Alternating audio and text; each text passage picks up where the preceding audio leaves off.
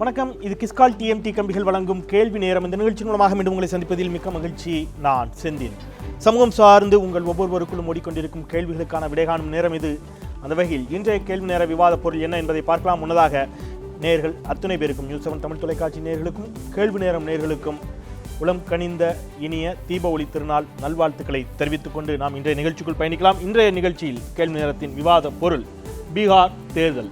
பீகார் தேர்தல் குறித்து ஏற்கனவே நேற்று கேள்வி நேரம் விவாதித்தது. இன்றைக்கு மீண்டும் விவாதிக்க வேண்டிய தேவை எங்கிருந்து வருகிறது என்று சொன்னால் அதை ஒட்டி பீகார் தேர்தல் முடிவுகளை ஒட்டி தலைவர்கள் தெரிவித்திருக்கக்கூடிய கருத்துக்களும் தமிழகத்தில் அது எந்த விதமான தாக்கத்தை ஏற்படுத்தும். ஏன்னா தமிழகத்தில் இன்னும் சில மாதங்களில் சட்டப்பேரவை தேர்தல் வர இருக்கக்கூடிய நிலையில் பாஜக தலைமையிலான, மீண்டும் சொல்லுகிறேன், பாஜக தலைமையிலான தேசிய ஜனநாயக கூட்டணி தேர்தலை சந்திக்கும் என்று பாஜக மிக உறுதியாக தெரிவித்துக் கொண்டிருக்கக்கூடிய நிலையில் பாஜகவின் தலைமையை ஏற்பதற்கு தேசிய ஜனநாயக கூட்டணியில் நாங்கள் இன்றைய தேதியில் இல்லை என்று தேசிய முற்போக்கு திராவிடர் கழகம் தெரிவித்துவிட்டாலும் கூட இன்னமும் தேமுதிகவும் பாமகவும் தங்கள் அணியில் தான் இருக்கிறது என்று பாஜக சொல்லக்கூடிய நிலையில் இந்த இரண்டு கட்சிகளும் ஒருவேளை தேசிய ஜனநாயக கூட்டணி நீடித்தாலும் பாஜக தலைமை ஏற்பார்களா அப்படிங்கிற ஒரு கேள்வியும், தமிழக சட்டப்பேரவை தேர்தலில் பாஜகவிற்கு என்ன மாதிரியான பாதிப்புகளை இது ஏற்படுத்தும் என்ற கேள்வியையும், தோல்விக்கான காரணிகள் என்ன என்பதையும் குறித்து விரிவாகவே பேசலாம். நம்மோடு அரங்கில் 4 சிறப்பு ஆளுமைகள் இணைகிறார்கள். பயணிக்கலாம் அவர்களோடு. இது கேள்வி நேரம்.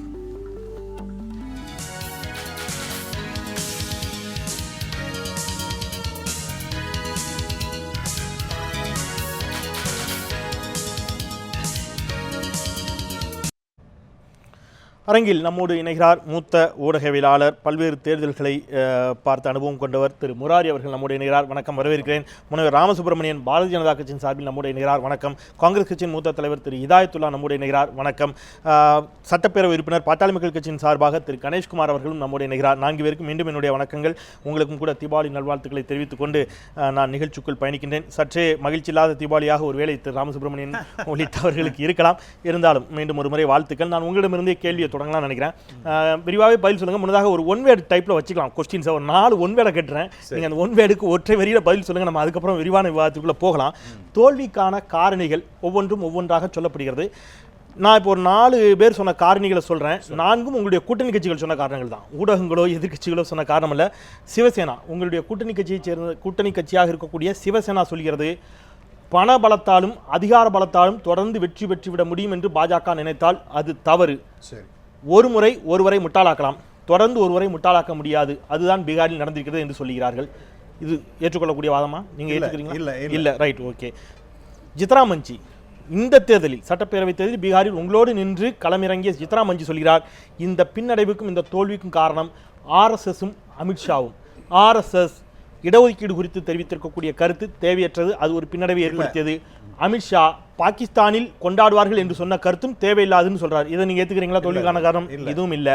ஆர்கே சிங், பீகாரிலிருந்து தேர்ந்தெடுக்கப்பட்டவர், முன்னாள் உள்துறை செயலாளர், அவர் சொல்லுகிறார், ஆர்கே சிங் சொல்லுகிறார், படோபடமான ஒரு மிக பிரம்மாண்டமான கூட்டங்களையும் இதையும் மக்கள் ரசிக்கவில்லை. எளிமையான நிதிஷ்குமாரின் அது போன்ற அணுகுமுறைக்கு மக்கள் ஆதரவு கொடுத்திருக்கிறார்கள் அப்படின்னு நீங்க இதை ஏத்துக்கிறீங்களா? இல்ல, இதையும் ஏத்துக்கல. சத்ருகன் சின்ஹா ஒன்று சொல்லுகிறார். அவர், நீங்க பிகாரியா பஹாரியா என்று அங்கே கேட்டார் நரேந்திர மோடி. பாஹரியா, அது ஹிந்தியா? பாஹரியா, அதான் வெளியில உள்ளவனா நான் பீகார்காரனான்னு கேட்ட கேள்விக்கு பிகாரி என்று மக்கள் தீர்ப்பளித்து விட்டார்கள். வெளியில் இருந்து வந்தவர்களை நம்ப தயாரில்லை என்று பாஜகவின் நாடாளுமன்ற உறுப்பினர் சத்ருகன் சின்ஹா சொல்கிறார். இதை ஏற்றுக்கொள்ள முடியாது. நிறைவாக திரு ராமதாஸ் அவர்கள் இன்றைக்கு சொன்னது, சமூக நீதி அங்கே வென்றிருக்கிறது சொல்றார். தட் மீன்ஸ் சமூக நீதி சார்ந்த கருத்துக்கள் பாஜகவிடம் இல்லை என்றுதான் அதற்கான பொருள். அதை நீங்கள் ஏற்றுக்கொள்கிறீர்களா? இல்ல. இது எதையும் ஏத்துக்கலைன்னா இப்ப அருண் ஜேட்லி கடைசியா சொன்னதை கேட்கிறேன். அதை நீங்க கண்டிப்பா ஏத்துக்கவே முடியாதுன்னு சொல்ல முடியாது. பிகாஸ் நீங்க பிஜேபியில் இருக்கிறீங்க. நான் திருப்பியும் ஞாபகப்படுத்தி கேட்கிறேன். அருண் ஜேட்லி சொல்கிறார், சாதிய கணக்கீடுகள் அங்கே வெற்றி பெற்றிருக்கின்றன. அதை ஏத்துக்கிறீங்களா? 100%. அதுதான் நீங்க ஏத்துப்பீங்கன்னு எனக்கு தெரியும். சரி சொல்லுங்க, சாதிய கணக்கீடுகள் அங்கே எவ்வாறு வெற்றி பெற்றன? நான் சொல்றேன். முதல்ல மறுபடியும் நீங்கள் எனக்கு சொன்னது போல உங்களுக்கும் இந்த நியூஸ் 7 தொலைக்காட்சியை சேர்ந்த அனைவருக்கும், இதை பார்க்கின்ற நேயர்கள் அனைவருக்கும் என்னுடைய தீபாவளி வாழ்த்துக்களை தெரிவித்துக் கொள்கிறேன். இப்போ இந்த முதல் 4 பேர் சொன்னது இருக்குங்களே, சிவசேனா, அவங்க எங்களோட ஒரு என்னது ஒரு கூட்டணியில் இருந்தாலும் கூட அவங்க ஏதாவது இடைஞ்சல் கொடுக்கக்கூடிய ஆட்கள் ஆரம்பத்துல இருந்து. விரிவான விடையை அடுத்த சுற்று இல்ல, இல்ல, நான் ஒரு லைன்லயே அருண்ஜேட்லிக்கு மட்டும் வாங்க. அருண்ஜேட்லில இருந்து நம்ம தொடரலாம். Yes, all right. சாதிய கணக்கீடுகள் வெற்றி பெற்றது என்று சொல்வதே மீண்டும் சமூக ரீதியாக பிளவுபடுத்தக்கூடியதாகவும் அந்த வெற்றியை கொச்சைப்படுத்தக்கூடியதாகவும் இல்லையா? இல்ல, அதாவது அவர் என்ன சொல்லுகின்றார் என்றால், இந்த ஜாதிய ரீதியில இந்த கணக்கு போடப்பட்டது அப்படின்னு பார்த்தீங்கன்னா, ஏன் அந்த கேஸ்ட் பர்சன்டேஜ் அப்படின்னு எடுத்துக்கொண்டீர்கள் என்றால் அந்த காம்பினேஷன் கரெக்டாக ஒர்க் அவுட் ஆகி இருக்கிறது. இது எப்படி சொல்லுகின்றேன் விரிவா பதிவு பண்ணுங்க. இந்த இடத்துல தவிர்க்க முடியாத ஒரு கேள்வி வருது. மத ரீதியாக ஒன்றுபடுத்த நினைத்தாலும் ஹிந்து மதம் தவிர்க்க முடியாமல் சாதி ரீதியாக பிளவுபட்டு தான் இருக்கிறது. அது சாதி ரீதியாகத்தான் ஒன்றுபடும், மத ரீதியாக ஒன்றுபடாது என்பதற்கான சான்றா இது? இல்ல, அதாவது ஹிந்து மதத்தில் பல்வேறு ஜாதிகள் இருக்கின்றன என்பது உண்மை. அதனால பல ஜாதிகள் இல்லையடி பாப்பான்னு பாரதி சொன்னாலும் கூட ஏராளமான ஜாதிகள் இருக்கின்றன. ஆனாலும் நாங்கள் அனைவரும் பாரதியர்கள் அப்படின்னு பாரதியாரே சொல்லியிருக்கும்போது அதை நாம் ஏற்றுக்கொள்ள வேண்டும். இருக்கின்றது, அது நிதர்சனமான உண்மை. இல்லை இருப்பதை நான் இல்லைன்னு சொல்கிறது ரியாலிட்டிக்கு எகென்ஸ்டாக நான் பேசுகின்றேன் என்று பொருள். ஆகவே அதுதான் யதார்த்தமானது. இப்போ ஒரே ஒரு விஷயம் நான் சொல்லுகின்றேன், இதை மற்ற நண்பர்களும் எப்படி பேசுகிறார் என்று பார்ப்போம். போன தடவை தனித்தனியாக போட்டியிட்டார்கள். யாருன்னு பார்த்தீங்கன்னா ஜேடியு தனியாக போட்டியிட்டார்கள், அதே போல் ஆர்ஜேடி தனியாக போட்டியிட்டார்கள், காங்கிரஸும் தனியாக போட்டியிட்டார்கள். அப்போ ஆர்ஜேடி போட்டியிட்ட அவங்களுக்கு கிடைச்ச ஓட்டு சதவீதம் என்று பார்த்தீங்கன்னா 20.46, ஜேடியு பார்த்தீங்கன்னா 16.04, அதேமாரி காங்கிரஸ்னு 8.56. அதாவது இவங்களோட பர்சன்டேஜ் ஆஃப் ஓட்டிங்கை பார்த்தீங்கன்னா 45.06.